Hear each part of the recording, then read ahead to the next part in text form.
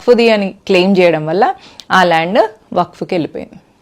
ఇట్లా ల్యాండ్ జిహాద్ కింద చేస్తున్నారు. 2013లో ఇంతవరకు ఇప్పటివరకు ఇట్లా చేసినవన్నీ గవర్నమెంట్ ల్యాండ్లు, ఖాళీ ల్యాండ్లు, పార్కులు, స్టేడియంలు ఇవన్నీ పోగా 2013లో కాంగ్రెస్ ప్రభుత్వం మళ్ళీ ఇంకా సూపర్ పవర్స్ ఇచ్చింది. ఏంటి ఆ సూపర్ పవర్స్ అంటే, నాన్ ముస్లిం ల్యాండ్ను కూడా వక్ఫ్ మాది అని అన్నదంటే అది వక్ఫ్ది అయిపోతుంది. అంటే ఒక హిందూది ఎవరిదైనా ల్యాండ్ని, ఇప్పుడు మీరున్న అపార్ట్మెంట్ని వక్ఫ్ వచ్చేసి ఇది మాది అని అన్నదంటే మీరు దాన్ని ఖాళీ చేయాలి.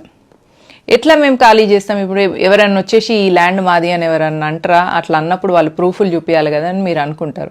2013లో కాంగ్రెస్ ప్రభుత్వం వక్ఫ్కి కొన్ని సూపర్ పవర్స్ ఇచ్చుడే కాకుండా ఒక ముస్లిం కోర్టును కూడా ఇచ్చేసింది. అంటే ఏంటిదంటే వక్ఫ్ ట్రైబ్యునల్ అంటారు దాన్ని. అంటే అందులోపల ఇస్లాం గురించి తెలిసిన 2 వ్యక్తులు ఉంటారు, 2 ముస్లిం IASలు ఉంటారు, 2 ముస్లిం ఎమ్మెల్యేలు ఉంటారు, 2 ముస్లిం ఎంపీలు ఉంటారు,